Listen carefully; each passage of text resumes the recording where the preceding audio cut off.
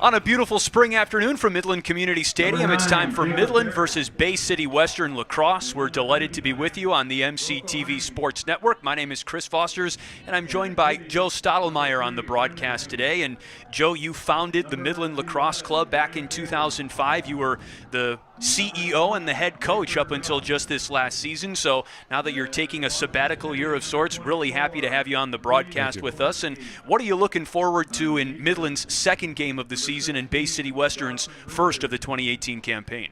I think it should be a very competitive game. I think Midland has some injured players. They're missing 4 of their starting players, so I think it might be a competitive game. Bay City has one of their better teams that they've had this year. I talked to Derek before the game, and he's 21 of their players on the team. Most of them, he says, can catch and throw really well. They've been working on it, and every year, every program in the Saginaw Valley gets a little bit better. Midland is the only co-op sport, Midland Lacrosse is the only co-op sport in the Midland Public School District, so that's why you see white and orange on the field. This is a team composed of both Midland High School and Dow High School athletes. Bay City Western, of course, representing Bay City Western High School. And looking at Midland, Joe, a landmark achievement this year for Midland Lacrosse in that they are now school sanctioned and school funded now, so you are no longer a self-funded entity, and that's an incredible accomplishment. Yeah, that was quite an honor. I think we worked very hard to do that. It took a lot of people to make that accomplishment a reality for us, but I think we're going to have the national anthem here. And we'll certainly talk more about the landmark achievement for Midland and Bay City Western's lacrosse programs during the broadcast, and now the national anthem.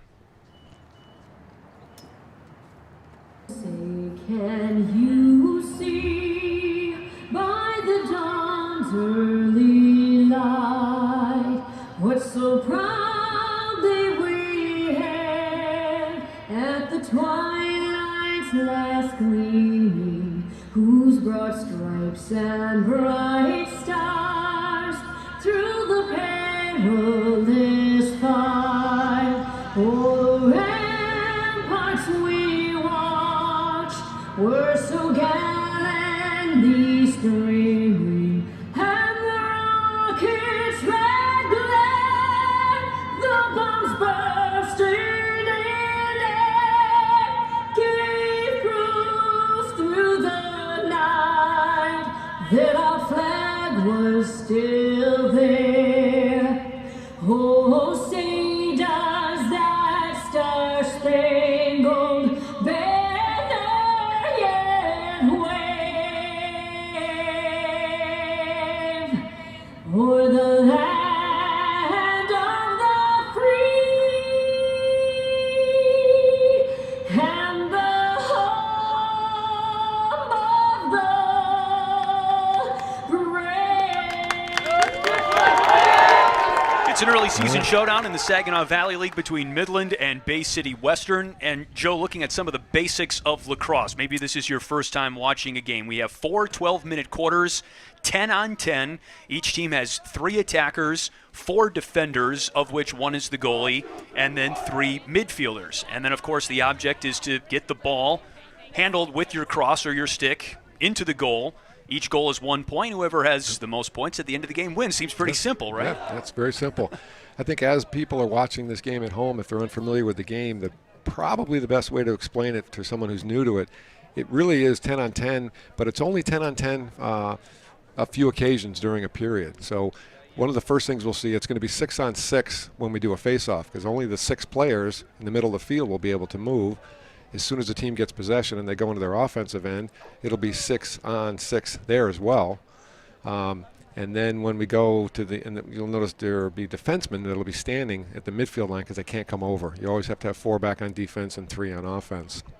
And so I like to say that lacrosse it's a unique sport because probably the only time you have all 10 people involved in the game is when the ball's being cleared by the goalie or defenseman at either end, because then all 10 people are trying to get open and get the ball into the other end, or they're trying to stop the other team from getting into the other end. So it's not quite as exciting as hockey, I'll be honest with you, because I think hockey is a smaller field and a lot of action. Sure.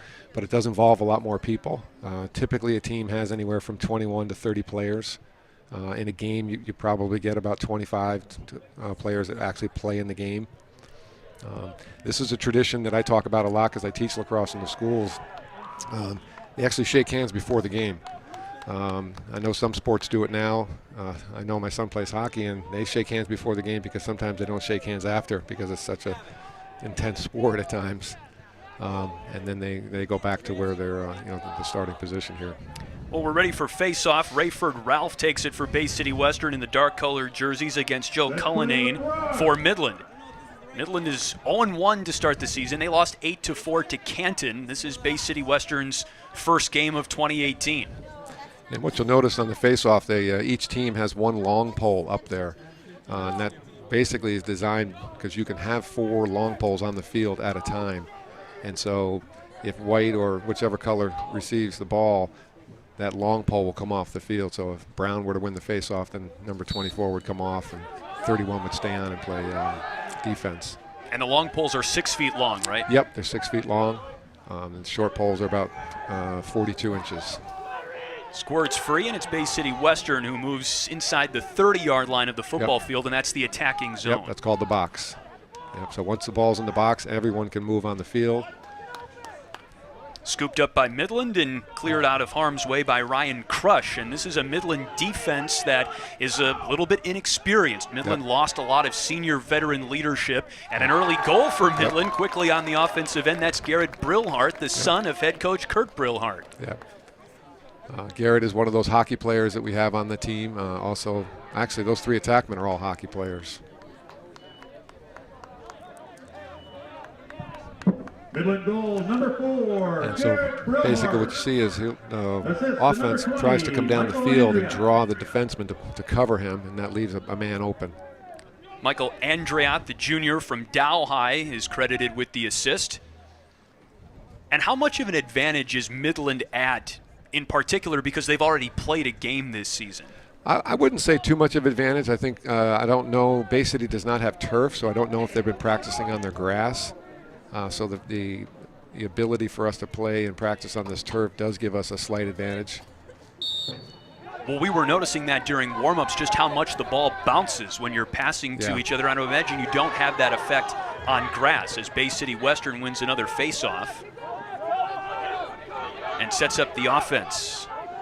Cody Herber with the ball. Yeah, Graham Bailey is one of the better players in the Bay City Western program. I've watched him play over the summer in the last couple of years, and he's one of their solid players on that team. He'll be someone that Midland will have to keep an eye on today. Bailey with it now, number 11 for Bay City Western, and he finds Logan Kraus, the junior, down onto the wing. Airmailed behind Bailey, running towards the out-of-bounds line, but it stays in play.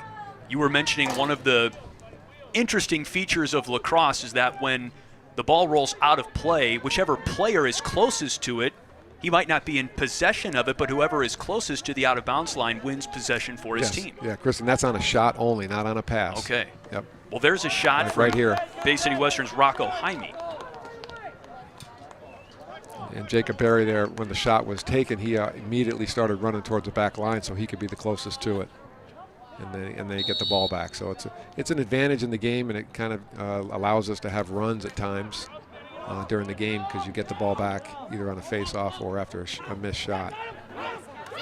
Just about 2 minutes into the opening quarter, Midland versus Bay City Western. An early 1-0 lead for Midland, but it's Bay City Western that has controlled the time of possession for the early going. But now Midland works it into the attacking zone. It's Elliott Moore coming down. He'll try to draw a man. Great pass, a deflection, and it's scooped up by Bay City Western's goalie, Jordan Smith, a senior. Jordan actually switched from defense. He was a defenseman, and I saw him before the game and did not realize that he had switched to goalie. That's quite a challenge there. The goalie is a very difficult position to play in lacrosse. That ball moves pretty quick. I would imagine the net seems a lot bigger when you're down standing in between the pipes trying to stop the ball.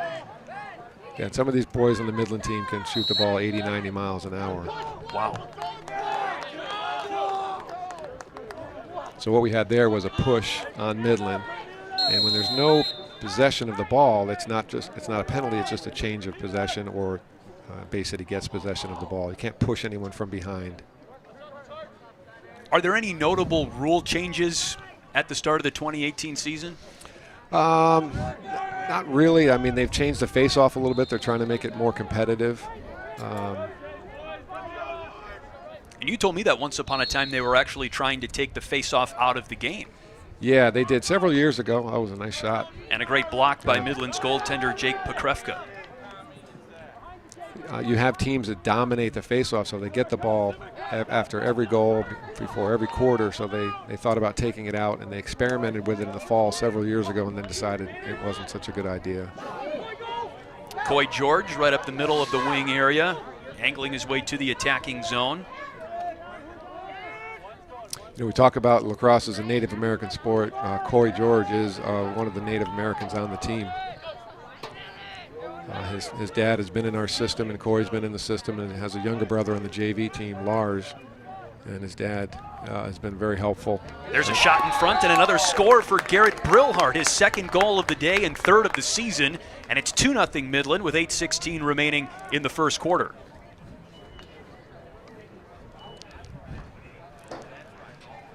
So again, you can see that the defenseman slid. Midland goal, his second of the What game. really should have Number happened is the 4, far defenseman Garrett should have come in Brillhart. and covered Garrett With his there. second assist of the game. So basically what you have in lacrosse is when you have the ball on offensive end, you're always trying to either beat your man and have someone else slide onto you, and that will allow either someone open or, you know, another pass to be made. I was talking earlier about Jason George is one of the coaches in the program, and has been involved for several years, so we're real happy to have that family involved in our game.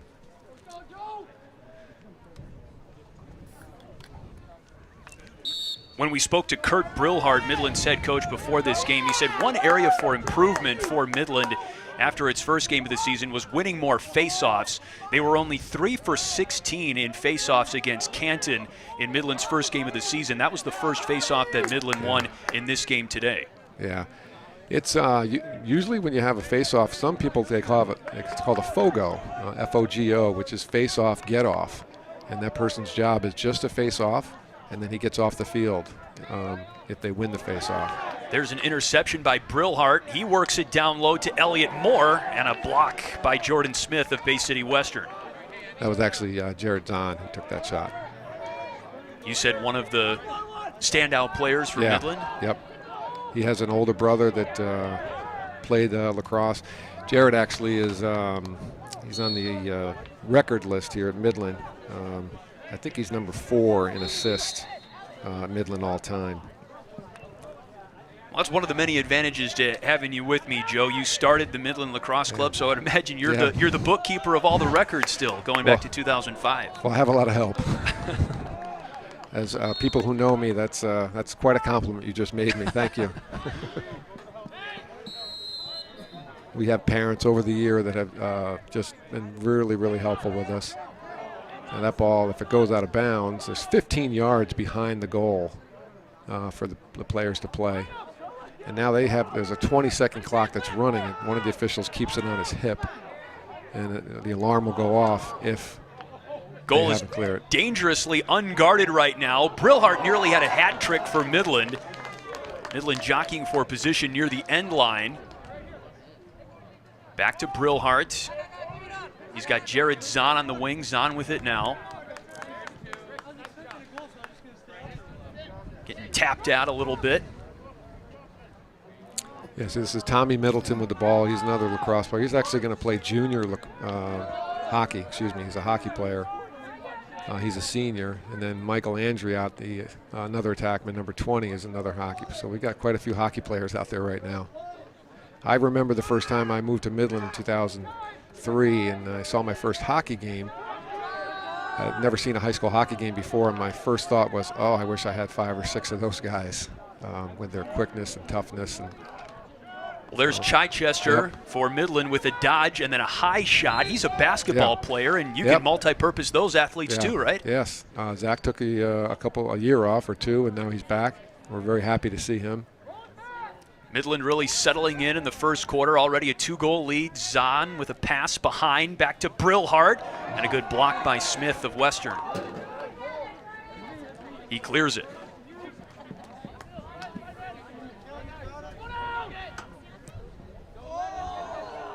with some open real estate. This is Dylan Jaime, one of 3 Jaimes, all brothers on the Bay City Western roster, coached by Derek Hugo, a former player of yours, Yep. Joe. Yeah, Derek, Coach Derek, I think in 8th grade. He was on one of the Midland teams, and Derek ended up going and playing lacrosse at Northwood, and then for 2 years, and then became the Western coach. And he's been their only coach. Tommy Middleton with the takeaway for Midland. Bakrivka out of the crease. And Jacob's in that crease. He only has 4 seconds. He can't stay in that crease for very long. So you can see he moves around, and he's protected when he's in it. They can't touch him. But he comes out. The refs are counting that 4 second.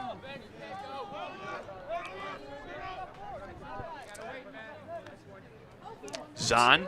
So he'll try to draw a man. Now, one of the changes that they made this year, right, is they have standardized the pocket of the cross. Yeah, they made the pockets a little bit bigger. They were getting smaller and very difficult for defensemen to get the ball out.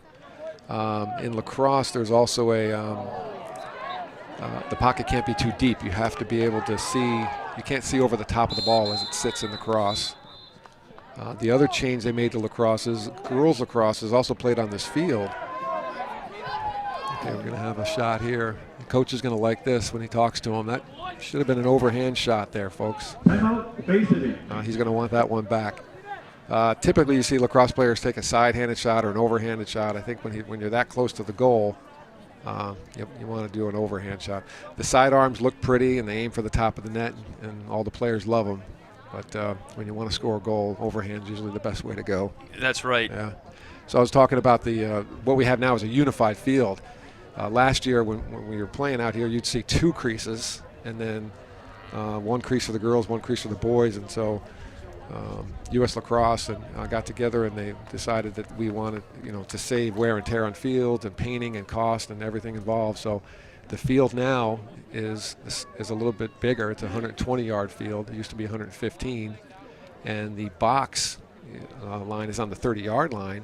The goal used to be on the 10.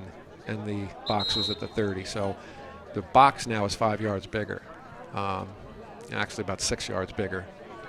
So the advantage to that is at the end of the game, if we get to it, or at the end of a half, if one team has a lead, sometimes they have a stall warning or they have to keep it inside that box. Lacrosse is still, and I love this part of the game, it's the only sport where the field actually changes size. And what I mean by that is if they have to keep it in the box, that's now they're out of bounds, the 30-yard line and going down the numbers there, if you can see the lines on television. So, and that's done to make the sport more versatile, right? You can play it on different types of surfaces. Yep, and it also keeps the game active because the field is so big. If you get a 1-goal lead, you could just play keep away. And college has a shot clock now that they've instituted. I think eventually high school will. The difficulty is high school, not all fields have the ability to have a shot clock, but they do have a stall warning, so refs can have a stall warning. Well, that's one issue in high school basketball as well in the state of Michigan. There is no shot clock in that sport either. So Midland with it behind the net. Wraparound shot it. Missed it, hit the side. But Brillhart is there for the cleanup. Tried to find Elliott Moore right in front. Bay City Western with the takeaway. What does Western need to do to find some rhythm on offense? I think they need to slow the ball down a little bit because they had the advantage the first couple minutes of the game. They had the ball most of the period, but every time Midland got it, they scored. So here, that's a good chance. Michael Feinhauer, that one looked like it went off the post. Yeah, that was close. That would have been a nice shot. Chased down by Jacob Berry, the junior for Bay City Western, and it's out of bounds. And now that was a shot. Maybe not. Maybe not, okay. Midland with possession. 3 minutes to go, first quarter. Midland 2, Bay City Western nothing. And so basically now Midland has an advantage because the goalie comes out and it's really 4-on-3 that they're clearing the ball. And sometimes you'll see a defenseman, we won't see it here, he'll come up and he can go over, but one of the middies has to stay back for him. So we say there has to be 4 people on defense. It doesn't matter if they have a defensive stick or a short stick. It's just 4 of the clearing team has to be back. Well, as this first quarter has worn on, Midland has been in the attacking zone with more and more regularity. On the point right now, Crichton Annalyn coming off a 2-goal game and a loss to Canton. Midland actually trailed 5-0 at half, shook off some of the rust, but that 5-goal deficit too much to overcome. They're out to a 2-0 lead early in this one, and you can make it 3-0 after Jared Zahn gets on the board with his first goal of the season.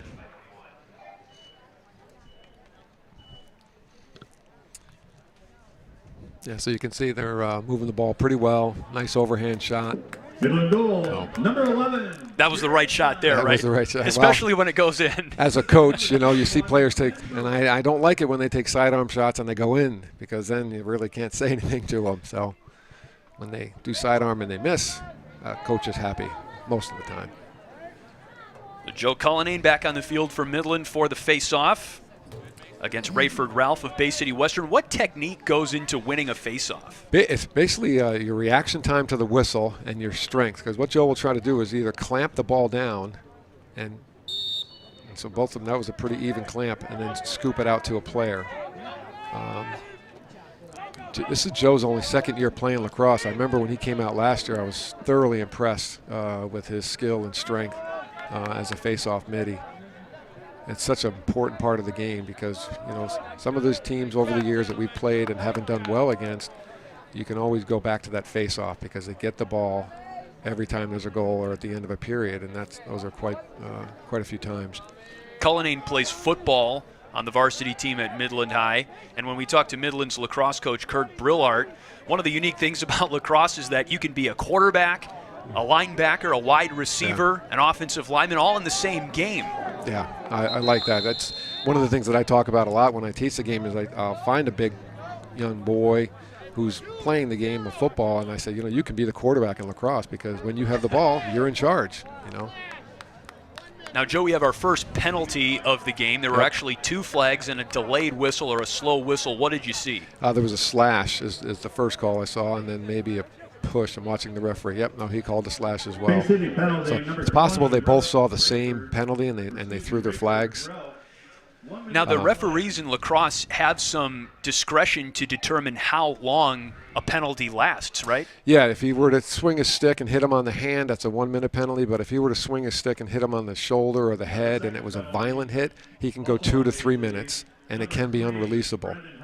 Now, explain the difference between releasable and non-releasable to me. So right now, those 2 penalties will be releasable, meaning if Midland scores, those 2 players can go back in the game. But an unsportsmanlike penalty or a vicious hit can be an unreleasable penalty, and Midland can score multiple goals, right? Because if they get the face-off, they go down and score. So an unreleasable penalty is something you don't want to get at all costs, but those do happen. And usually, typically, unreleasable penalties sometimes are an illegal stick. If it's cut too short, or if it's been altered somehow from the manufacturer, that's a 3-minute unreleasable penalty. And some teams score 3-4 goals in that time frame, you know, in the right situations. So basically what Midland will try to do here now is move the ball around, draw one of those players out. They're actually 2 men up, so this should be pretty quick or simple, because it's very, very difficult to stop a team scoring when you're 2 men down, because they can get so close to the goal. A 2-man advantage and a 3-goal advantage for Midland in the closing minute plus of the first quarter. Zahn with a pass back to Elliott Moore, and he buries it right at the feet of Jordan Smith. It's 4-0 Midland. That's just how Coach Brillhart drew it up.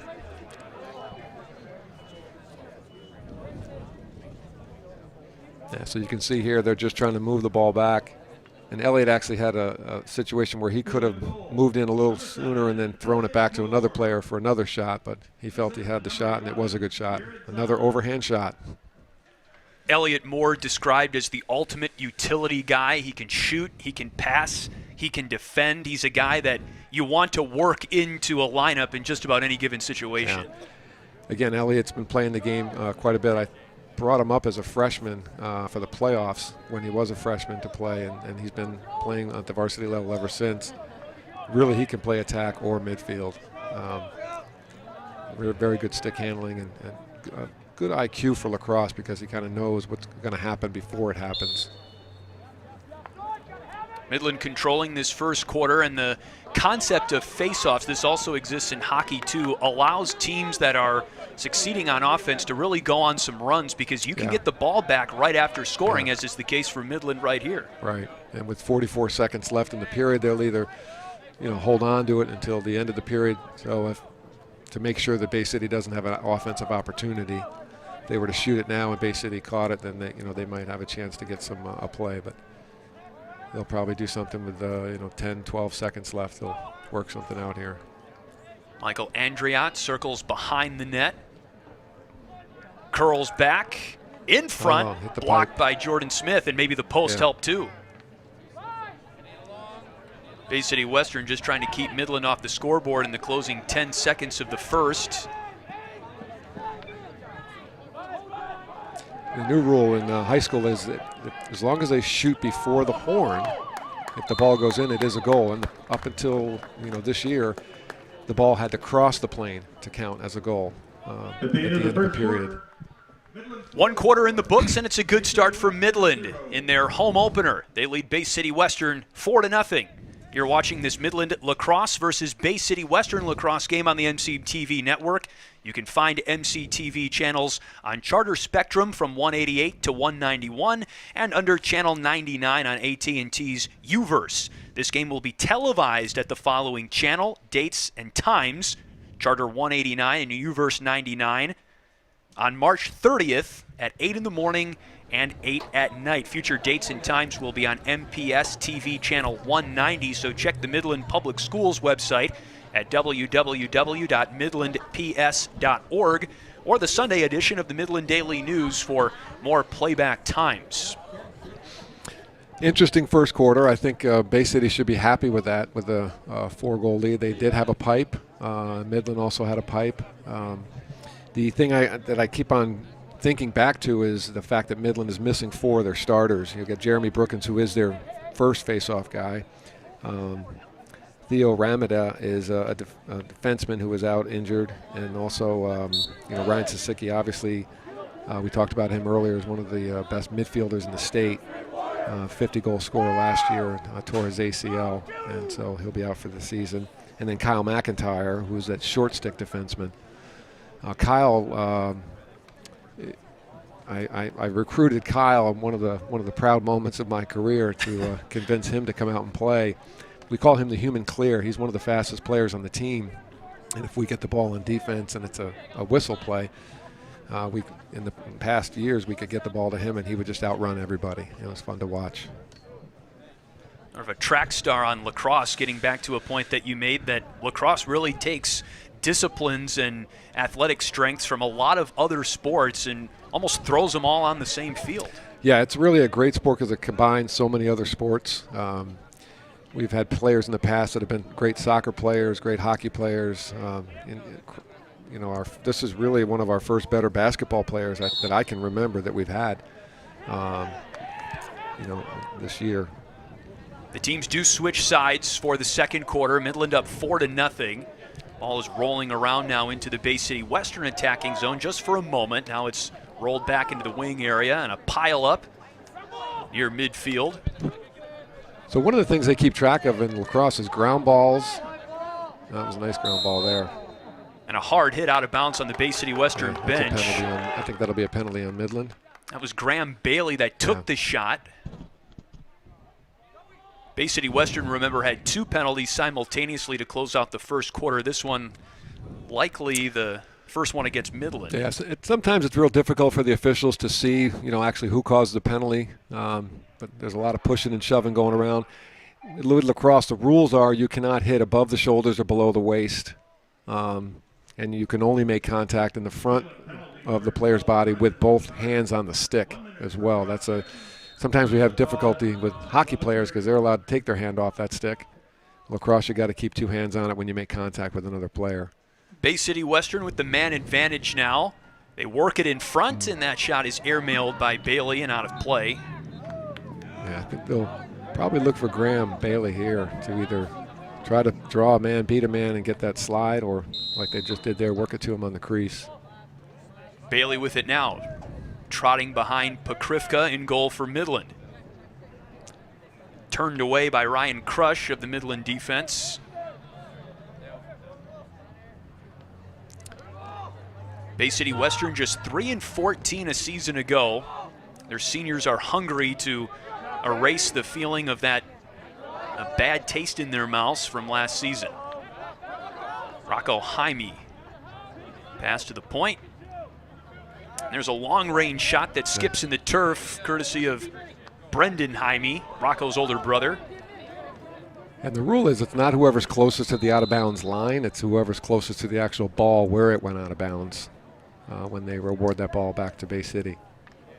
Graham Bailey again, that's Dylan Jaime, the third Jaime, so we have all three Jaimes on the field right now for Bay City Western. Rolling towards the end line. And eventually out. Now Midland trying to influence the call of whose possession it is. Looks like they're going to give it to Midland. So Midland has 20 seconds now to get the ball over midfield, and then another 10 seconds to get it into the box. And so they've accomplished that pretty quickly. And that's a good check on the defenseman there. So that's considered a pass. So Bay City will get the ball, no matter who's closest to it on a pass. And that's really what defensemen are taught to do, is just have their, yikes.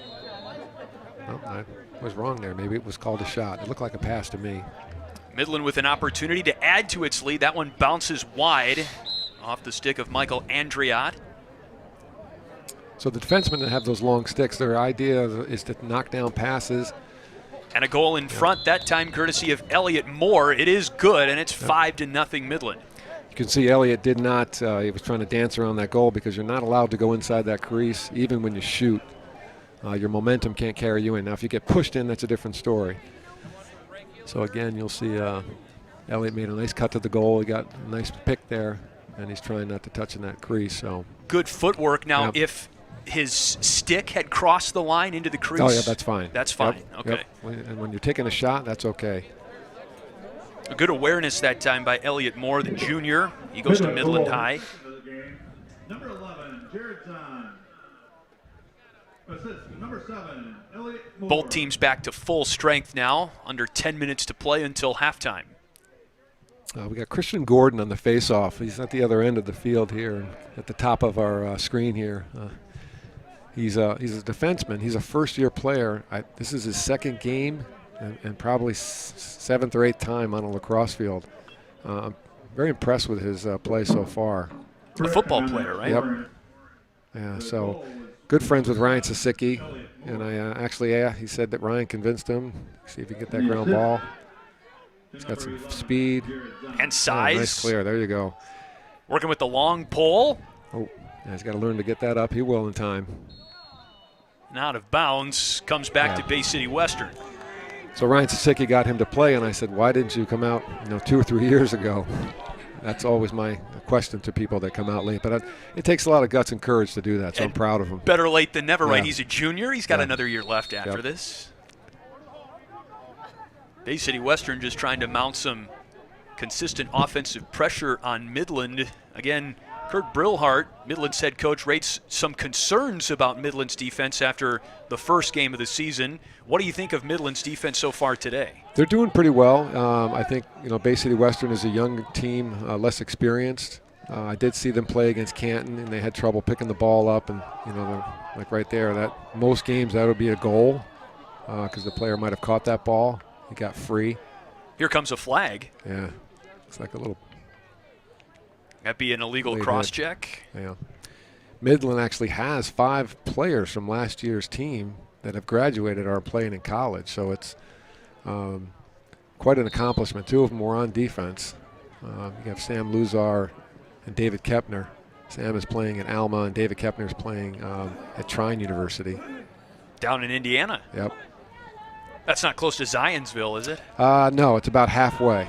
Yeah, because we actually played Zionsville a few years back, and that's where we played. We played on the campus.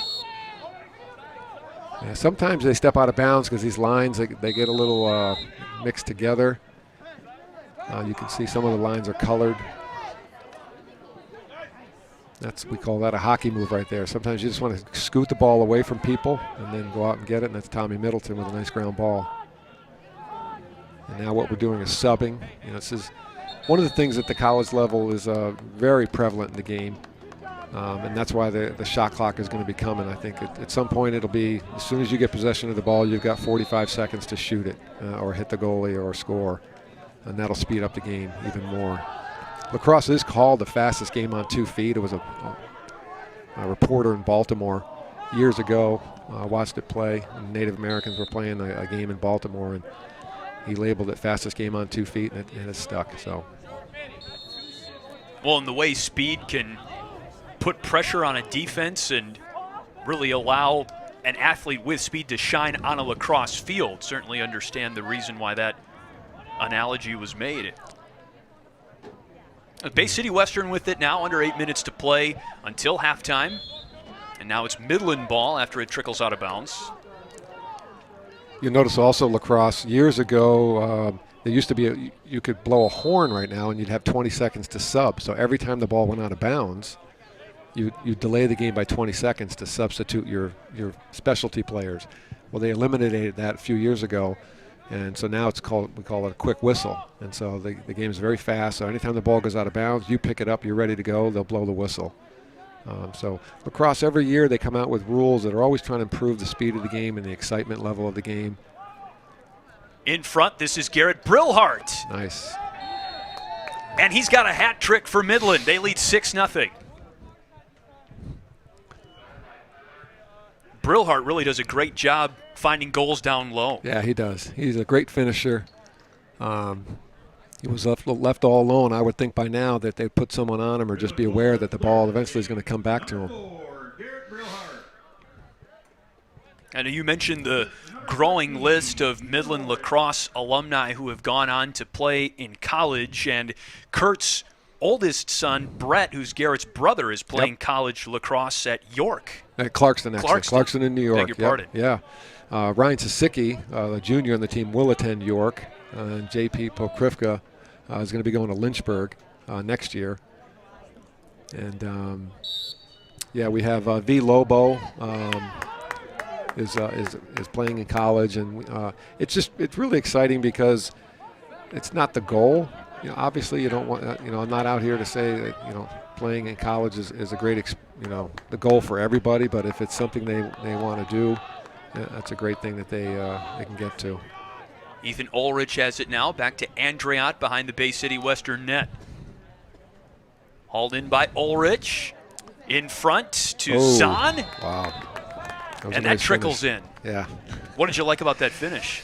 That it went in. That's the only thing I liked about it, because Zahn was moving away from the goal, and so his athletic ability basically is the reason that ball went in. He looked like he was pretty close to the crease, too. Yeah. See, he's actually moving away. He actually should stop and stay upfield, but he goes behind. So that's just a great athletic shot. So.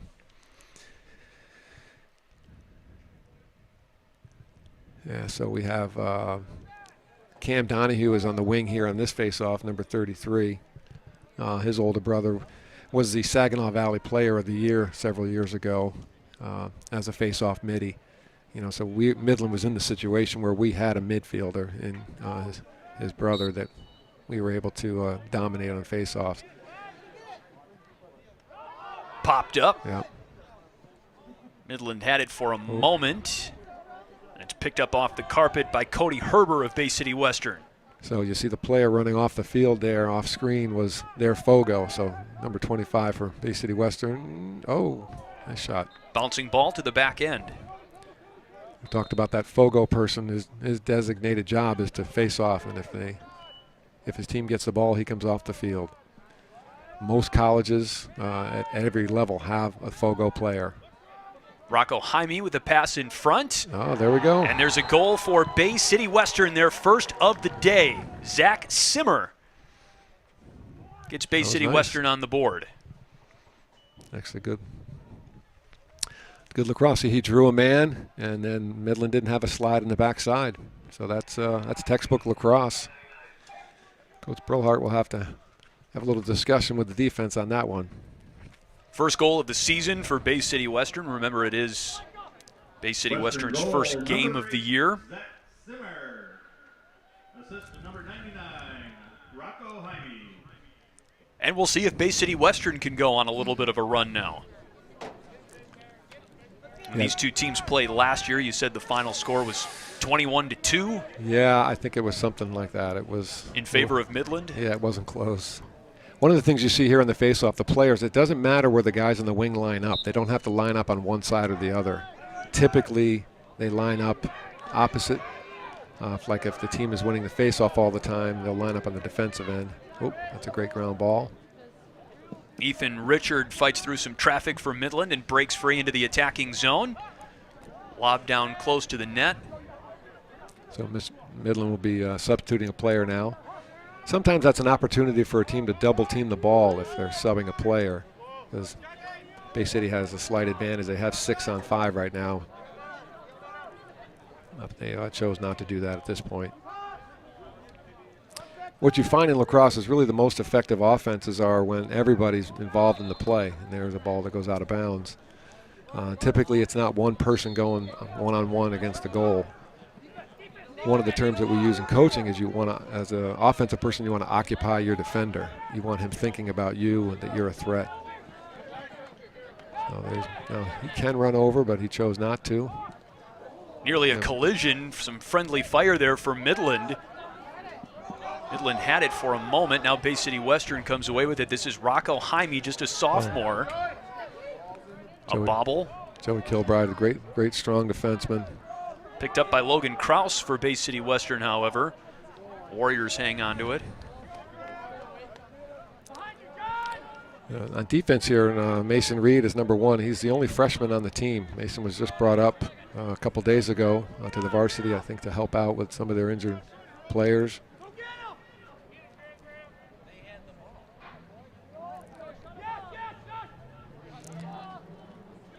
So I think I can sense some excitement in Bay City now that they've had that first goal. Feinhauer was probing for a moment. Midland streaks in. Picked up again by Feinhauer, now with some breathing room. Shot over the stick of Bay City Western's Dylan Jaime, and a flag comes in. And typically they let the play go on until the ball, so the other team gets possession or the ball hits the ground in high school. So if the flag goes down, it's called a play on, and if Bay City Western could keep the ball in the air, they could get typically a free shot on goal, because no matter where it goes, out of bounds or who gets it, they get the ball back for the man-up situation. I think Joey's being called for a push. That's it's a 30-second foul. Now that would be a technical foul as opposed to a personal foul. Right, exactly. So that's a releasable penalty. 30 seconds for push with possession. So if Bay City scores very quickly, then he can go back in the game. Bay City Western down 7-1 with 4:15 and counting in the second quarter. That's unfortunate. Now Midland with an opportunity to kill the rest of the man advantage for Bay City Western. So now Bay City Western has a man up, so basically a player should be on every player on the field, even the goalie, and that usually doesn't happen on a clear. Usually the goalie is free. And Pokrivka is free right now. The third-team All-State player turns it over at midfield. Pokrivka hustling back. And the ball trickles past the goal line extended, and it does get out of play and goes to Midland. So I think the penalty has been released. So we're back to all even, no advantage. Pokrivka with the heave into the wing area. Andriot has it for Midland. To Garrett Brillhart, already with 3 goals today. Now behind the extended goal line, Jared Zahn back out to the wing. Crichton Annalyn had a 2-goal game for Midland against Canton. He's been quieter on the offensive end today. Midland still leads by 6. 3 minutes to go. They've probably got a set play here. Here's the freshman, Mason Reed.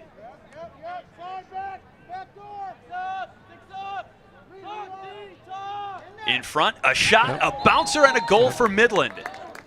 Brillhart again. Is that number 4 for Garrett Brillhart today? A sensational day for the senior. Again, typically in lacrosse, you dodge one man. If you beat him and you're close enough, you take a shot, or you dodge a man and you pass it off to a teammate if someone's sliding on you. So he did what he was supposed to do. No one got to him in time. Do you teach players to shoot a bouncing shot like that in certain situations? Yeah, typically the bounce shot's difficult for the goalie to track because he can follow it down to the ground, and then often, depending on where you bounce it, bounces right over his shoulder. Overhand bounce shots are typically good. Again, I said earlier that the players like that sidearm up to the top of the net because you can actually hear the net. It makes a noise when they hit it, and they kind of like that.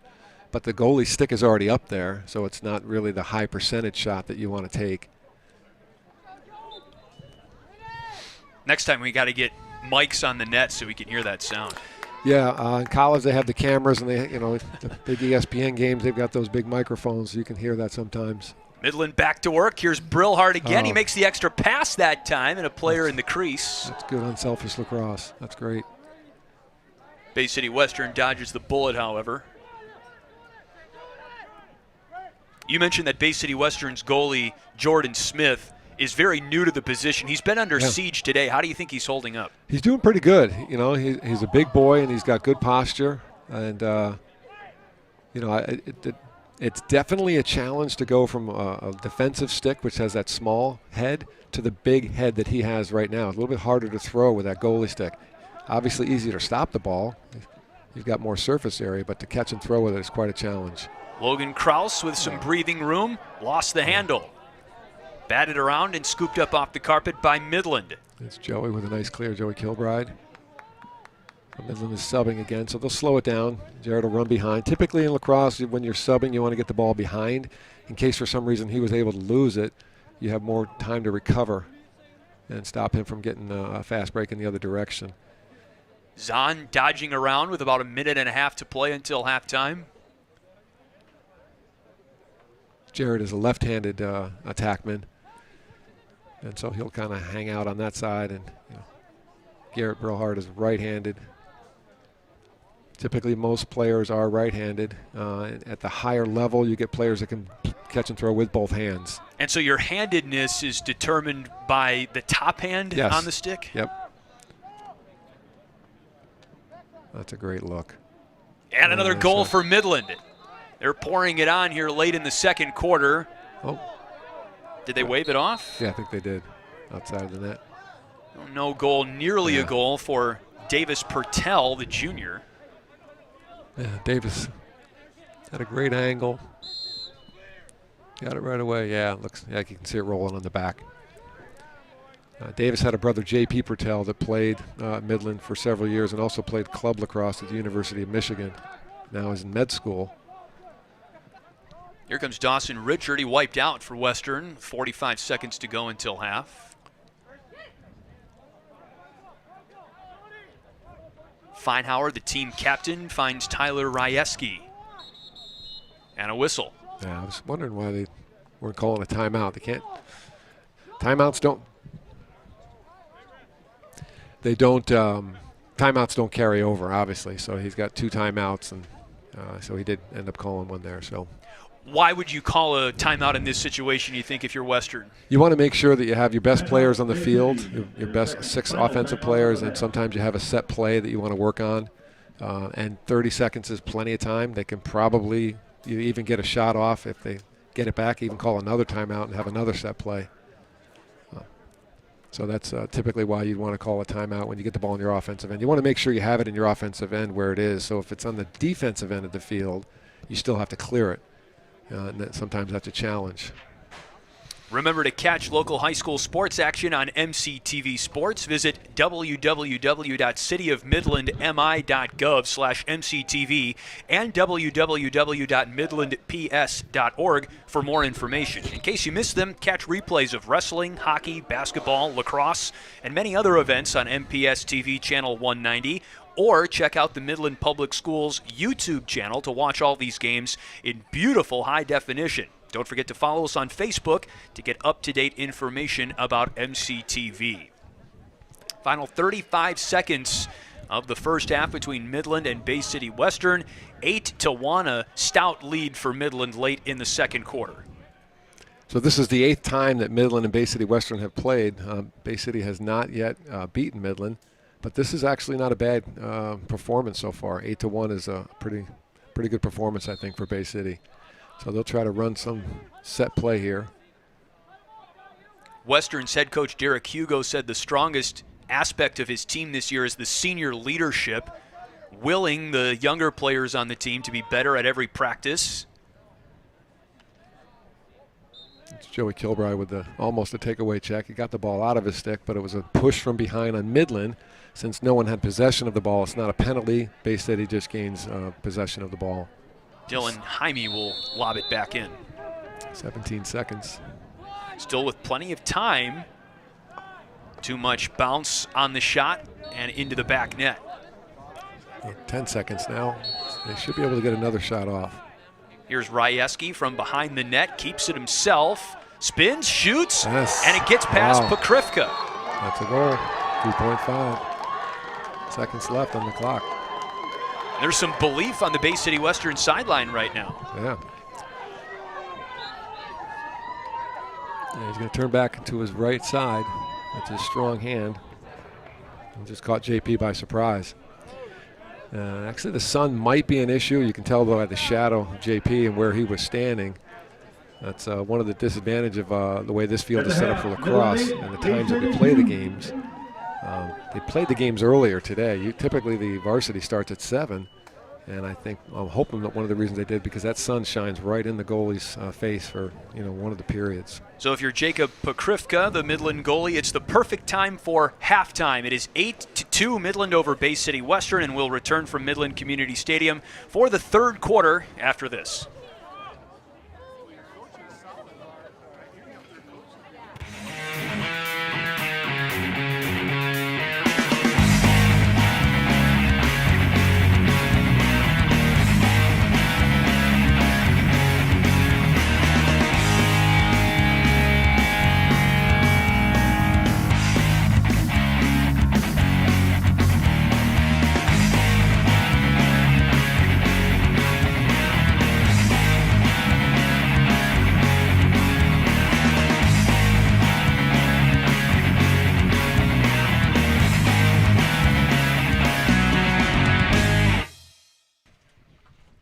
Beautiful late afternoon for early season lacrosse. It's Midland versus Bay City Western. Happy to have you with us on MCTV Sports. Alongside Joe Stottlemyre, my name is Chris Fosters. And all things considered, for late March, mid-50s on the lacrosse field, this is a beautiful day to play the sport. This is perfect. It's one of the nice things about lacrosse is we start out in the freezing cold and we move into the nice spring warm weather, and then by the time the heat comes, the season's over. So this is a great day for lacrosse. I think Bay City should be real happy with the performance that they have, only down by 6, having never beaten Midland.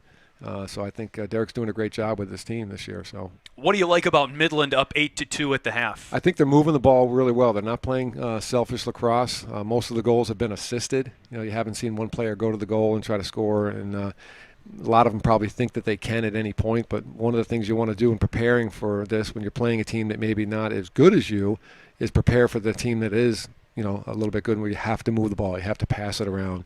It's a team game. We've talked about in lacrosse, earlier. We keep track of ground balls. The next thing that's most important in lacrosse is assists, and goals are actually the third thing. You want to win the game, and you keep track of the score. But at the end of every game, when I was a coach, we would give out the game ball, and it typically went to the guy who got the most ground balls in the game. Now you see Bay City Western there. They actually scored the final goal of the half, so maybe they took some momentum into the locker room at halftime, and hopefully in the eyes of Bay City Western, they start the third quarter with that momentum. But I think if you're Bay City Western, you have to find a way to keep Midland from getting the ball to Garrett Brillhart. He had 4 goals in the first half. And typically sometimes in a situation like this, you actually cut a player off. You tell one player, you're face guarding him, and you play 5-on-5 the rest of the way. That might not be a bad idea to start, to experiment for Bay City, but I think that Midland would find other players that probably could shoot and score. Well, part of the reason, perhaps, why Bay City Western was able to get that last goal of the second quarter on the board, and this is to take nothing away from Tyler Rieski, the player who scored the goal, but Jake Pokrivka, Midland's goalie, was looking right into the sun, and now Bay City Western's goalie, Jordan Smith, will get a dose of that. And you were mentioning how tough the position is to play anyway, and then you factor in an element of nature, and how tough can it be, man? Well, the ball is white and the sun is kind of yellow in your face, and it's possible to lose it there for a brief moment. You know, you mentioned the name Jaime, the players that they have on the team. Brent Jaime, I believe, is the father of these boys. Actually started the youth lacrosse program in Bay City this season, so I'm very happy as someone who started lacrosse here in Midland. That's one of the things I think that we need is more youth programs. Saginaw has their program. It's been going on for several years. Now Bay City has their youth program. One of the things I look forward, it may sound ironic, I actually look forward to the day where maybe Bay City or Saginaw beats Midland. That means it's a competitive game. And, I think they're getting closer every year to being more competitive. And that's a great takeaway right there from, one of their players on Reed Zielinski came up with it a moment for Bay City Western, and now the ball in the cross of one of Bay City Western's best players, Graham Bailey. Head coach Derek Hugo says this guy's a 3-year starter and a stud. Yeah. Great look right into the middle of the field there. Player just maybe lost it briefly. And that was one of the Jaimes that you talk about. Okay. 3 of them on the team. And number 99, Rocco, who's guarding the inbounds pass right now for Midland, is considered the most promising. He's the youngest. He's a sophomore and a pretty good hockey player. Yeah. That's kind of how it works in lacrosse. Over the years, you have families with 3, 4 players or 1 or 2, and the younger one usually has the advantage because he's around watching the game. Jared's on there, was chasing the ball there, had an older brother that played, and he was in, middle school and elementary school when he was playing. Bad pass, it's loose. Jaime tried to escort it over towards the sideline, and Christian Gordon comes up with it for Midland. Great. Long stick, looking for Andriot, and it bounces to Bay City Western, scooped up by Dawson Richard. We're going back and forth here. We have a flag down. So the ball hits the ground, they'll blow the whistle. So the penalty is going to be on Midland because Bay City had the ball, the flag went down, and they let them play until they either shoot or lose possession of the ball. So that was a slash on Midland. That'll be a 1-minute penalty. Penalties can be 1 minute, 2 minutes, or 3 minutes in length. Right, 30 seconds, 30 seconds, 1 minute, 2, and 3. Rarely do you see a 2- and 3-minute penalty, but more and more over the last couple of years, we've seen 2-minute penalties to keep the unnecessary aggression out of the game. And you could foul out too, right? Yes, 5 penalties and you're out. No one near that threshold for either team. Excuse me, it's 5 minutes. It used to be 5 penalties, and they changed it. Now, if you get a 3-minute unreleasable penalty with your stick, you've got to be careful as a player. Rieski, a goal scorer for Bay City Western with it on the goal line extended. Pass batted to Dylan Jaime, and he loses it out of bounds. Midland ball. Yep. So again, that Bay City's man up. They should put a player on every player on Midland side. Even the goalie. Yep. Pokrivka with it. So Brillhart came over the field. Now he's able to come over because one of the middies crossed the midfield line, allowing him to cross over midfield, because typically you have to have 3 attackmen on the offensive end at all times. So Garrett is an attackman. He can come over the midfield. One of the midfield, I think it was Cam Donahue, went over. Ethan Richard, face guarded by Bay City Western's Cody Herber. Yeah, I was watching their practice the other night, and I was pretty impressed with Ethan. He's a fast player. He's a good athlete. I'm always impressed with boys that have high speed. Jared Zahn lost that one behind the goal.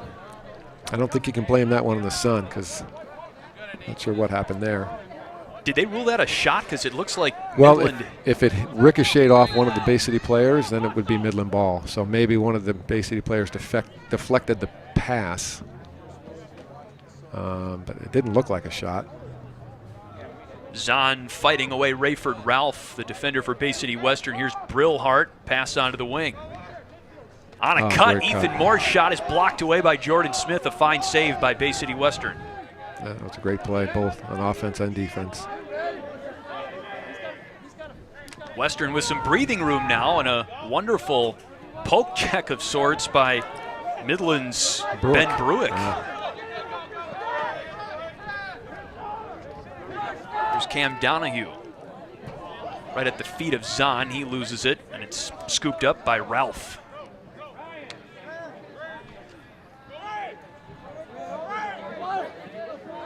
Yeah, Ben is one of the few sophomores on the team. We actually brought him up at the end of the year last year. Great athlete, got a great future ahead of him. Oh, could be a shot right here. Oh. Ralph nearly took it coast to coast, and then a whistle. Oh.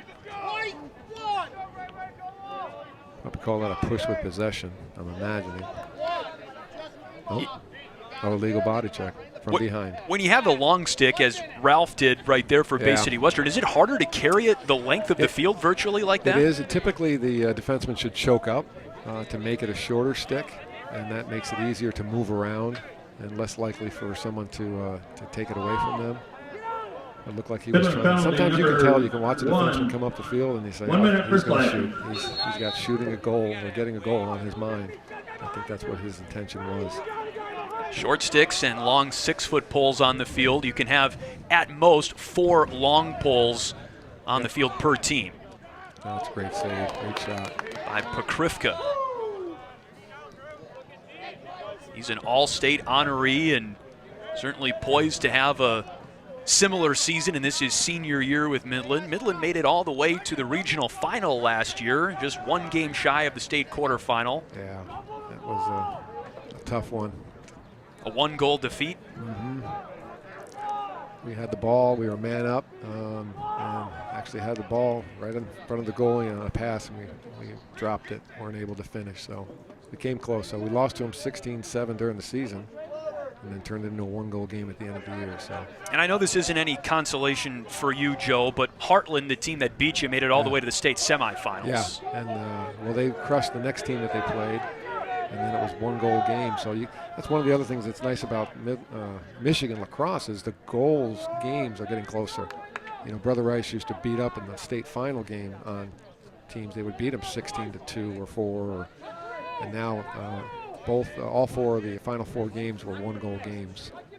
So I think Brother Rice will lose this year. I just have kind of a gut feeling at some point they're going to, some of the other teams are going to step up their play and get some solid players.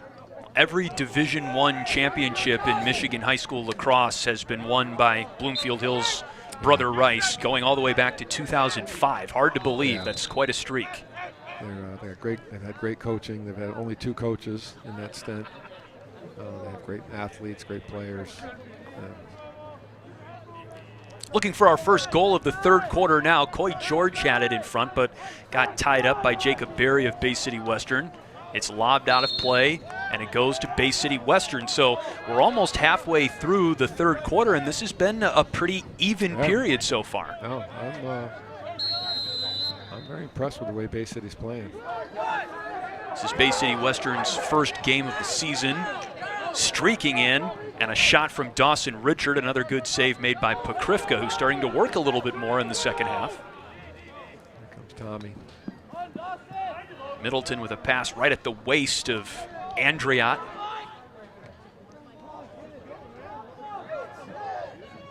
Andriot hustles it down. Sort of boxing out Graham Bailey of Bay City Western. So what you saw there is Graham Bailey was putting a little pressure on him, but he wasn't really pushing him. You can put equal pressure on the backside of a player, but you can't shove him. And so actually Graham played that perfectly as the ball rolled out of bounds and was last touched by Midland.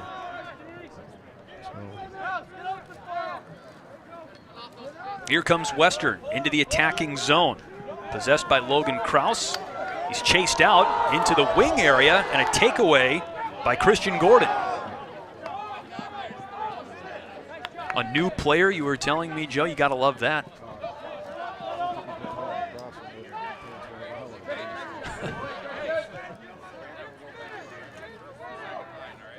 So Midland will have to. I'm surprised they're not shooting from the top. You know, if you look at the shadows on the field, got a shadow pointing right at the goalie. That's where the ball should be coming from. Overhand, high shot.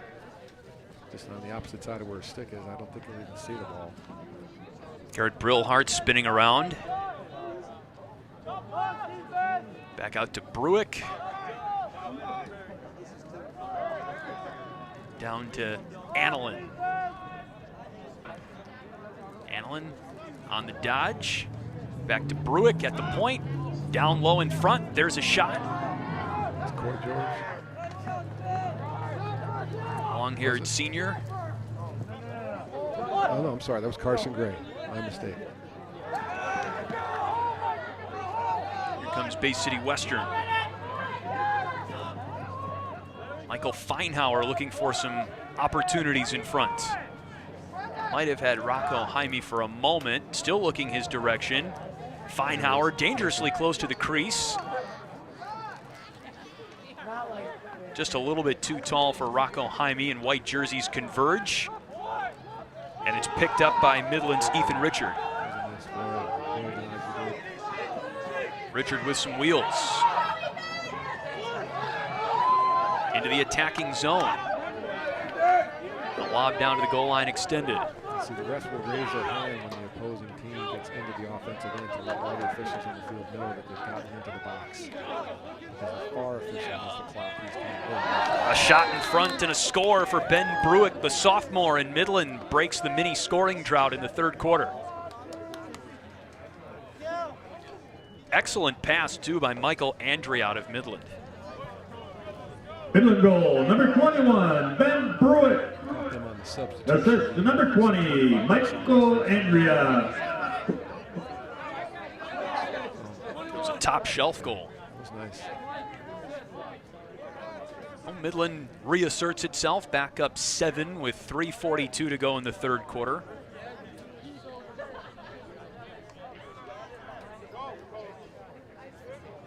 I'm joined by Joe Stottlemyre, who was the head coach of Midland Lacrosse until taking this year off. And what's been the most difficult part about at least sharing the reins this year? Oh, I'm not sharing them. They're all Kurtz and Jerry Pokrivka and Bob Cosley and Jaime Zahn. And they're doing a great job. I've been to a couple practices. I'm just basically just watching. It's a challenge, but I think Kurt's doing a great job. You know, Kurt did not play in college, and I don't think that's really an issue. He knows the game well enough, and all these guys really do. Jerry Pokrivka played college baseball. Bob Cosley is a softball expert. I've seen him pitch a softball, and I think he throws it as hard as I can, a lacrosse ball. 80, 90 miles per hour? Yeah, it looks like it. So, and they're all parents, right? They're all the coaches in the Midland program are parents of players, and they start at the youth level, and they move up with their sons. And so we're just very fortunate at the support we get from top to bottom at the Midland Lacrosse program. Zach Chichester with the turnover, picked up by Bay City Western. This is Ben Shepard. And a hard check. He takes a seat courtesy of Coy George. Midland up with it. Tommy Middleton streaking down the middle of the field. Pass in front. Brillhart going for more, and it's wide left. Yeah, it's unfortunate. I didn't actually see the hit. Looks like he may have got him in the throat with something. A clean hit, right? No yeah. flags. Oh yeah, it was clean. It is possible. Checking is allowed as long as the hit is administered between above the waist and below the neck. Yep, and the player can't be in an unsafe position, meaning having his head turned in a different direction and doesn't see the hit coming. He has to have time and opportunity to protect himself or get himself out of being checked. You also have to keep both hands on the cross as well. You see the injured player for Bay City Western, and here is the hit. Yeah, that should have been a penalty. Arms maybe a little extended. Because he hit him in the throat, and that's kind of borderline. Sure. He did do the right thing. He hit him with the glove, and you're allowed to hit them with the glove hand. And they tell the officials, when in doubt, throw the flag, right? Yeah. So, you know, and as I look at that replay, I'm thinking maybe he may have got him below the throat, which is legal. You know, so that's a tough one to call. I think the referees did the right job by not making the call. It's unfortunate he's hurt. I'm sure maybe he just got the wind knocked out of him. 2:39 to play in the third quarter. You're watching this game on MCTV Sports, and the coverage of this game is being produced by MCTV volunteers and staff. If you'd like to work on shows like this one, call MCTV at 837-3474 or visit www.cityofmidlandmi.gov/MCTV to get started. Also, keep up to date on what's happening at MCTV by following us on Facebook. You know, Chris, we talked earlier about some of the players from Midland that are that played in college and go on to college. Some of the seniors, Adam Nunn is a defenseman. He'll be going to Michigan Tech, not as a lacrosse player, but as a student. Joey Kilbride will go to Grand Valley State and study physical therapy. Of course, JP we talked about. Jared Zahn's going to go to Ohio State. Tommy Middleton, I mentioned earlier, is going to play juniors hockey. And then Coy George is going to go to Genesee College in New York. He wants to play box lacrosse. Box lacrosse is an interesting game. It's played on a hockey rink. And Canada kind of invented the sport. Native Americans play it as well. Lacrosse is our oldest sport in North America. So it is the Native American game. They've given us this game, and we feel honored to play it and represent it well. And so we never like to see anyone hurt in any circumstance. And you see both teams are cheering on the player as he got up. Ben Shepard walking off under his own power. But one of the nice things about box lacrosse is that the field is obviously smaller, and so the stick skills of players are just extremely effective when you get into the open fields like this. So more and more players that play at that next level have played box lacrosse. So we see Mason Reed's on the field at freshman with Coy and Tommy Middleton. So most likely they have a set play. They've come out of a timeout. And they'll, coach sometimes will ask the player, who's got an advantage on a player they think they can dodge. A redodge by Garrett Brillhart. He's now double-teamed behind the net, and understandably so. He's got 4 goals today. Back to Mason Reed at the point, and now here's Coy George. Putting pressure on Graham Bailey of Bay City Western. Gets the shot off, and that looked like it went in. Yes, it's a goal for Midland, 10-2. Right through the 5-hole. That was an excellent shot. I think as we see in the replay, he got his hands free. One of the things we talk about is we want to get our hands free and get some time and space. And Coy did everything there on his own. He's free, got no pressure on him. Takes a nice overhand shot. Beautiful. So Midland's 2 goals in this third quarter. One has been top shelf. One was a bouncer down low at the feet of Jordan Smith. Yeah, I think that's Coy's first goal of the year. I think so too. Yeah. Well, Coy recently just moved. Their family moved to Midland, and so we're happy to have him here. He's a senior. And his first goal of the season comes with 2:14 to play in the third quarter. Back to the face-off circle. Joe Cullinane takes it for Midland against Rayford Ralph. Brendan Letard out there on defense as well. So he'll come off now that Midland's gotten the ball. Ethan Richard hangs on to it. Back to Garrett Brillhart behind the extended goal line. And he's shadowed by Dawson Richard. Brillhart makes his move. He's got Zahn on the wing. Here's Zahn now with a shot wide left and well out of play. Yeah, I think that ricocheted off the defenseman. It was Graham Bailey, I think, covering him. Midland back to work. Looking for their first win of the season. Game number 2 for Midland. Brillhart with a bouncer, and that's goal number 5 for the senior.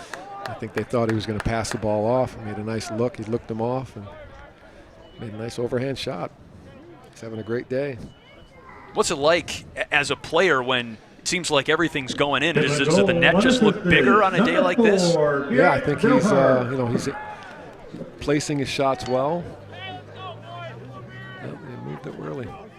When you get your hands free, one of the things we teach on defense is as much as possible you want to have a stick on the player's hand because that affects the accuracy of the shot. And on offense we teach them, get your hands free, get some time and space so you can get an accurate shot. So I think you saw right there, Garrett was able to get his hands free. Midland has scored 3 goals in under 5 minutes late in the third quarter. Under 90 seconds to go. The lead is swelled to 9 for Midland. Here's Ethan Richard again. around the extended cross of Rayford Ralph, and now to Jared Zahn. That was a nice play by Graham Bailey because he actually slid to stop the player from going to the goal, and he threw it to his man where in turn now he's covering him. So rolled on the ground to Zach Chichester. So what they're doing is they're putting a short stick on Jared Zahn. And they got a long stick on Garrett Brillhart.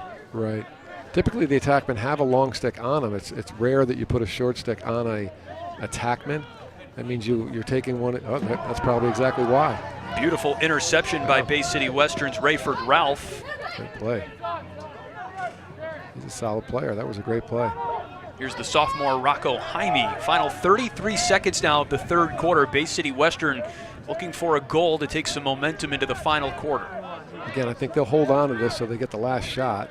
They don't want Midland to get the ball back. They've had a pretty successful quarter here. Here comes Ryeski. He scored a goal at the end of the second quarter, trying to reprise that here. There's the shot, and Pokrivka is over it. Rebound nearly controlled by Bay City Western, but Midland comes up with it. 8 seconds left. Mason Reed with a nice ground ball. Mason's got some wheels for a freshman. He's very fast. Got good stick skills. And able to virtually kill all of the remaining time left in the third quarter. 11-2, Midland still up big going into the fourth quarter, and after a bit of a slow start, you might say, Midland really settled in and took over the second end of the third quarter. Sometimes that halftime can work as an advantage or a disadvantage, depending on the weather, and if you're having some success, sometimes you don't want to have a halftime. You just want to move into the next quarter. But I think that rest did Midland slowed them down a little bit, but they were able to come back. One final 12-minute quarter remaining. Do you have a story to tell? Is there a message you want to share with the community? The Midland Community Television Network is Midland's only TV station, and it is here for you. Individuals and nonprofits have been using MCTV for 35 years to share ideas, promote services, raise funds, and build a greater sense of community in the Midland area. If you are interested in learning a new skill, promoting your club, hobby, or nonprofit, or are looking to volunteer, please give MCTV a call at 837-3474 to find out how you can join us. Alongside Joe Stottlemyre, my name is Chris Vosters, ready for the fourth quarter, and if you're Midland, you are telling your players what? Keep on passing the ball. I mean, that's really what it, most of their goals have come from moving the ball and passing the ball. George had a goal that was unassisted. It's the only one I think I can remember. So the game is a passing game, and the advantage is to those who can catch and throw and move the ball quickly. The ball moves quicker than any human being can run, so it's always advantageous to pass that ball. So Midland now will have that sun, and it's gotten lower in the sky. So if I'm Bay City, I'm anytime I have the ball and I've got any type of shot up top, I'm going to take it at the top there. And I think they've switched goalies now. Number 18's come in. It's a good point. Nicholas Morse, the junior, checks into the game for Jordan Smith, the senior who started in goal for Bay City Western. And again, the teams switch sides to begin the new quarter. So Midland's defense, and in particular goaltender Jake Pokrivka, is now staring into the sun. And you cannot wear sunglasses in lacrosse. Why do you think that is? I don't know. Years ago, when I coached in Indiana, we had a player that came to us and had a visor on his helmet, and the referees made him take it off because I don't know the reasoning. Maybe they want to make sure that he can see the ball at all times. We've compared lacrosse to other sports at times during the broadcast, and you can wear sunglasses in baseball, you can wear visors in football. That's interesting that you can't do that in lacrosse. You can have glasses that are prescribed to you that have shading material, and I don't think anyone's going to question it at this level. But as soon as I saw that sun, I'm looking over at JP thinking he might want some sunglasses. Midland with it down low. There's a shot by Annalyn and a goal for Midland. So they've made me look good here because they're moving the ball well, and there's a wide open shot. So that was right on cue. Crichton Annalyn gets in on the action, his first goal of the day, third of the season. And an interesting story about Annalyn is, as you well know, Joe, he was a long stick midi last year. You can get to that after you see his replay. Yeah, because that was a nice shot.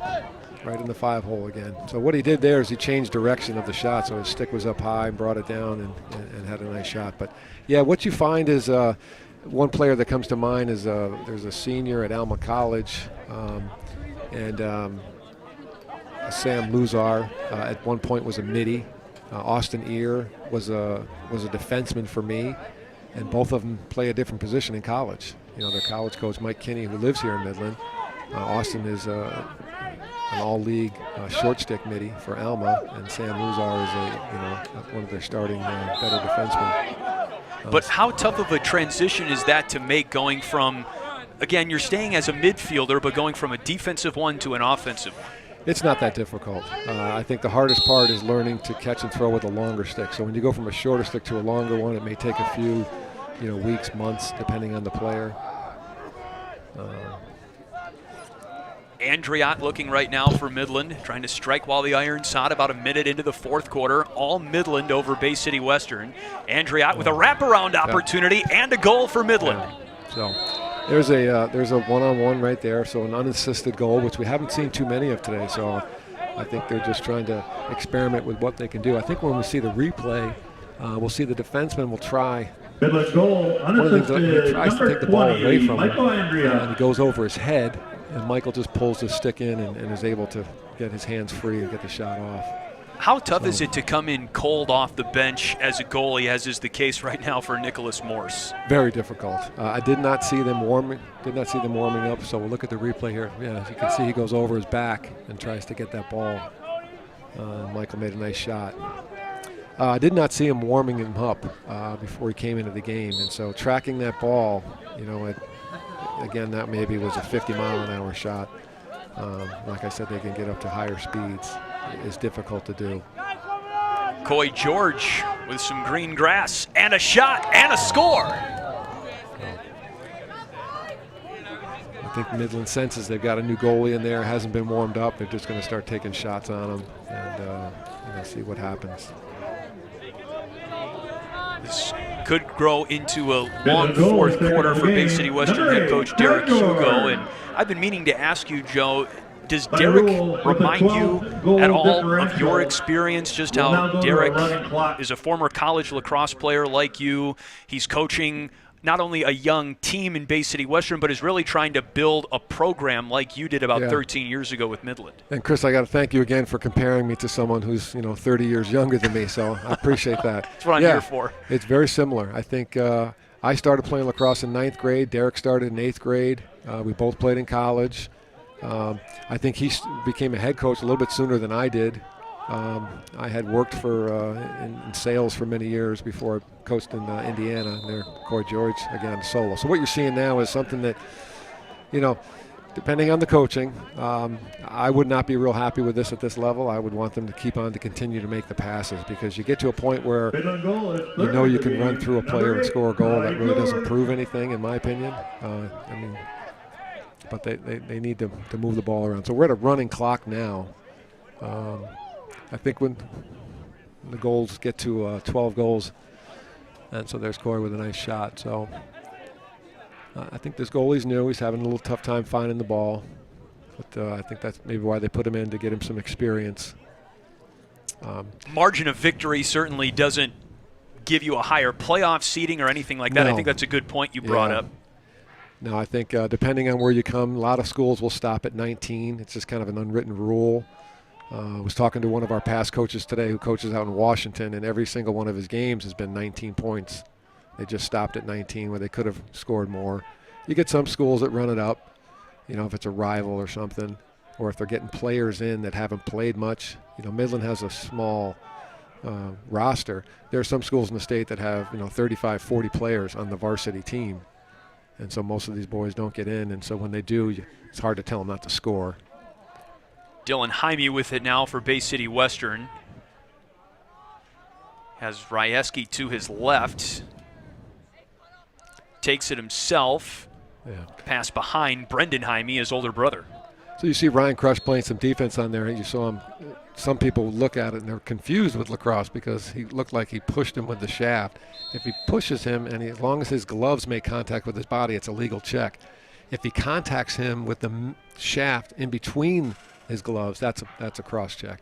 There's a bullet from Elliott Moore and another score for Midland. Feed from Zahn. So Jared Zahn coming into the season had 65 assists in 2 years at Midland. So he's what we call a feeder. He sees the field well. How fast do you think this shot was? Oh, not very. I'd say probably 60 miles an hour. It looked pretty fast to me. Yeah. It's not his fastest shot. I know Elliott can shoot faster than that. Typically, you don't like to, as a coach, get out there and talk about the speed of the shot, but you want the boys to improve and do some things to improve their speed of the shot, whether it's lifting weights or technique. One of the things you notice, too, on the substitution game here, Lacrosse has a substitution box. It's 20 yards long, and that's the area you have to enter and leave the field. The only time you're allowed to not go through that box is at the end of a period or a timeout. So at any point when you're substituting, sometimes you'll see coaches or players want to walk off the field, and the coaches will send them through the box because they want them to do that. That's one of the unique things about the game. Again, here's a nice face-off. Joe Cullinane racing downfield, and that one's poked behind the goal line and out of play. It should be Bay City's ball. We fell into the crease. Yep, okay, someone did see it. If you fall into the crease on a loose ball, it's just possession Bay City. But if you go into the crease and the goalie has the ball, it's a free clear.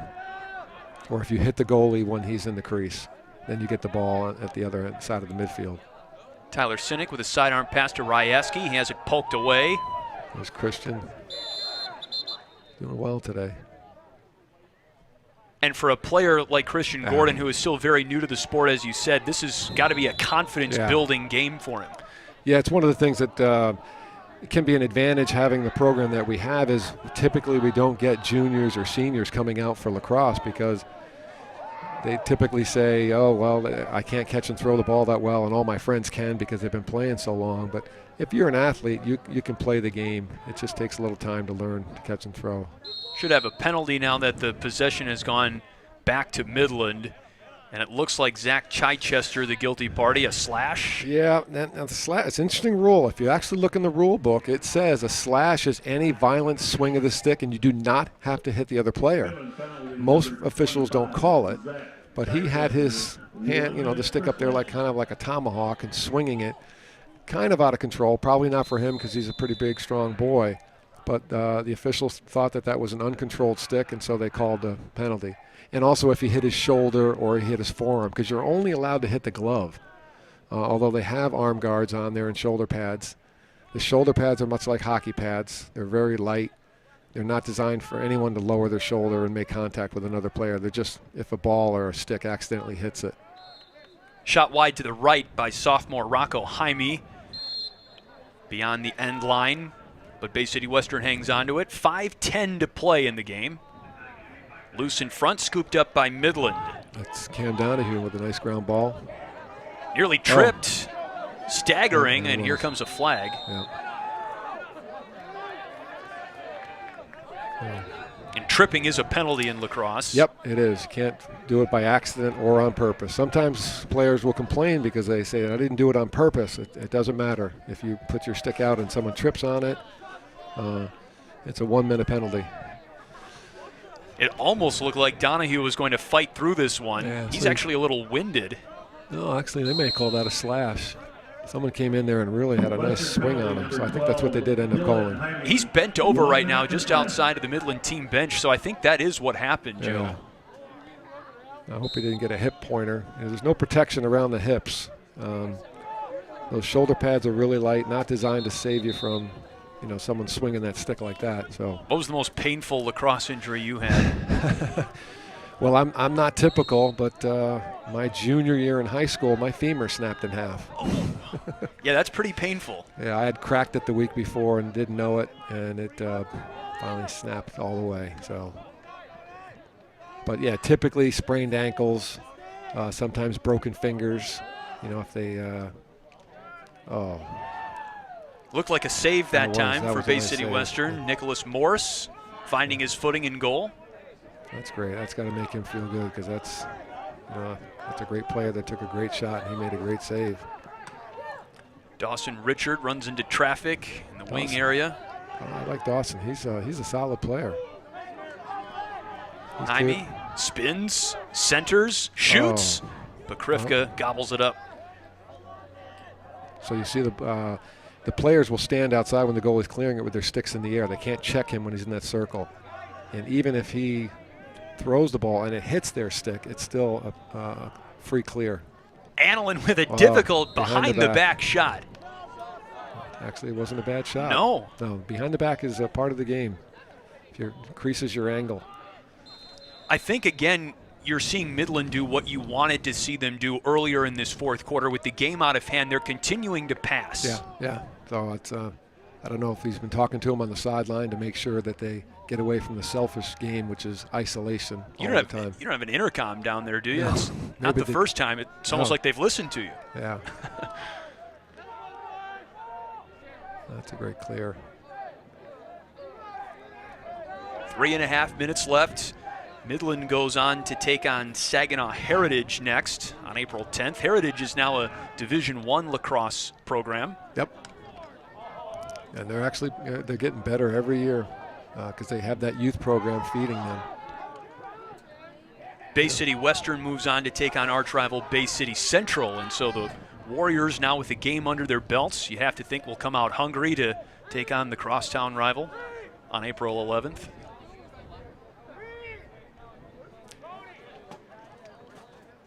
Here's Dylan Jaime. Good defense, good check, good takeaway. That was Brendan Letarte. Now Crichton Annalyn through the wing area. Long strides around Logan Kraus. A shot blocked by a Bay City Western defender. Looked like Dawson Richard maybe got a stick on it. Midland hangs on. Oh, great look, great shot. And a score, courtesy of Ethan Richard, the junior. That's his first goal, first high school varsity goal. So they're playing well. They're getting different players scoring, which is always nice. You don't, as much as Garrett had a great game in the first half, I think they're purposely, getting other players involved and getting some playing time, which is awesome to see.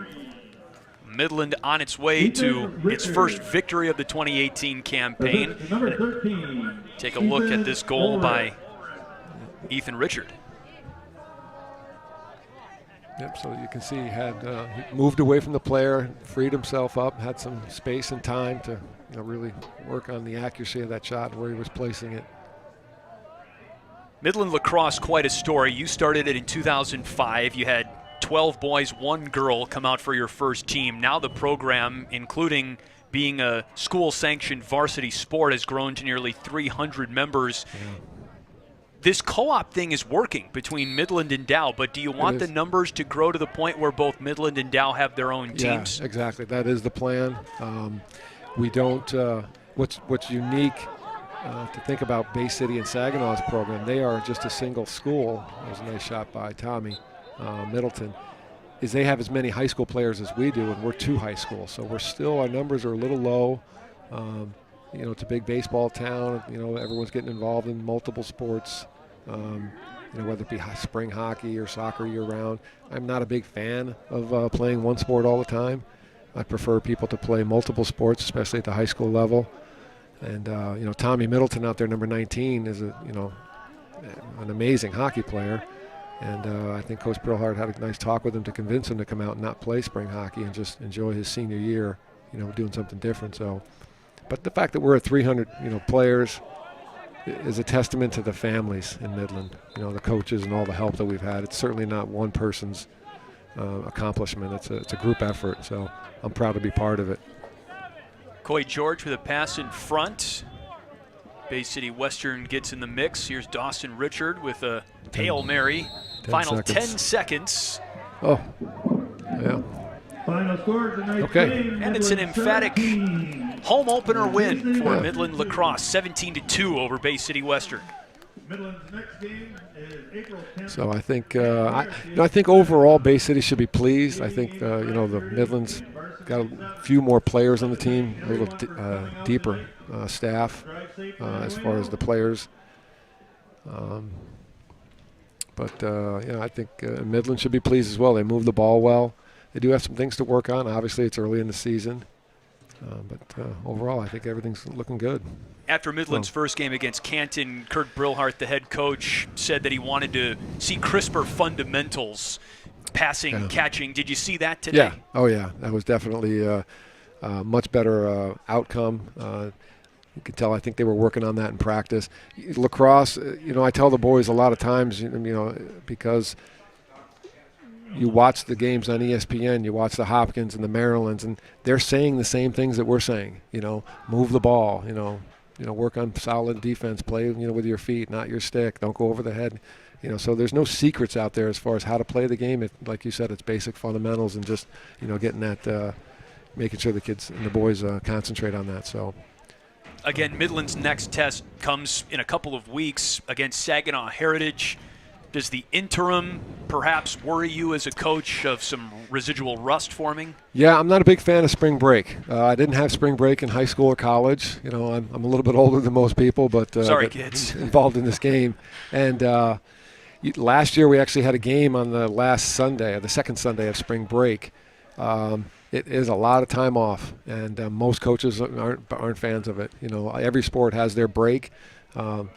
Baseball has the same problem. All spring sports have the same problem that we have, with this break. So it's up to the boys to keep the stick in their hand, when they're on vacation or wherever they are. Just keep it fresh, catching and throwing, and maybe do some running so they don't lose that. But the problem is in Michigan is we're on spring break, coming up, but the team that they play, fortunately, I think Saginaw's on spring break as well, so that sometimes we do that on purpose. If you play a team down in Detroit that already had their spring break and they were fresh, for the 7 days before the game, that can be a disadvantage. So just part of the game. We're only 2 games into the season if you're Midland, so it's awfully hard to forecast to May when the state tournament begins. But Midland was a 2 seed last year in the 8-team region, and is the expectation to get that 2 seed locked up again? Can they become a 1 seed in their region this year? It would be a challenge. And the one thing that'll help is they play Brighton near the end of the season, and Brighton is one of the better teams in the state. And with the schedule that they have, the teams that we try to play, we always try to play a higher caliber team. We're not really interested in playing a team that we, play and beat handedly. We'd rather almost lose a close game to prepare you for that state playoff run. And so it's I think Coach Brillhart and his staff are doing that, and they're ready to do that. They have a 15-game schedule, and in high school you can have 18 games in a season. So I think they, I don't know if they'll be a 1 seed, but I think a 2 or 3 seed would be very, very possible depending on how things go. Unfortunately, you have that injury to Ryan Sisicki, one of the premier midfielders in the state.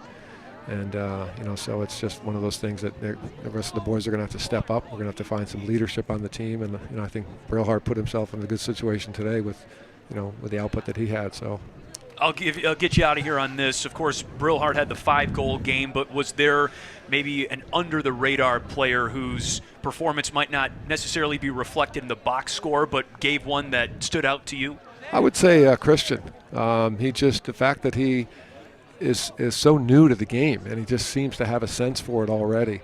And it's very impressive to me for someone. The game is so complicated for those people who don't know it when it's new, but once you get to know the feel of the game, I think he did really well. I think he's got a bright future ahead of him, but I think overall everyone played pretty well. No one made any really silly mistakes that put the team in danger, themselves in danger. So I think they should be happy with the outcome and the way they played. So Midland moves to 1-1 on the season after a 17-2 win over Bay City Western. Bay City Western drops to 0-1 on the season. And remember, you can watch a replay of this game on Charter Channel 189 and ATT Uverse Channel 199. That is on March 30th at 8 in the morning and at 8 at night. So for Joe Stottlemyre, my name is Chris Fosters. Enjoy your spring break, and thanks for tuning in to MCTV Sports.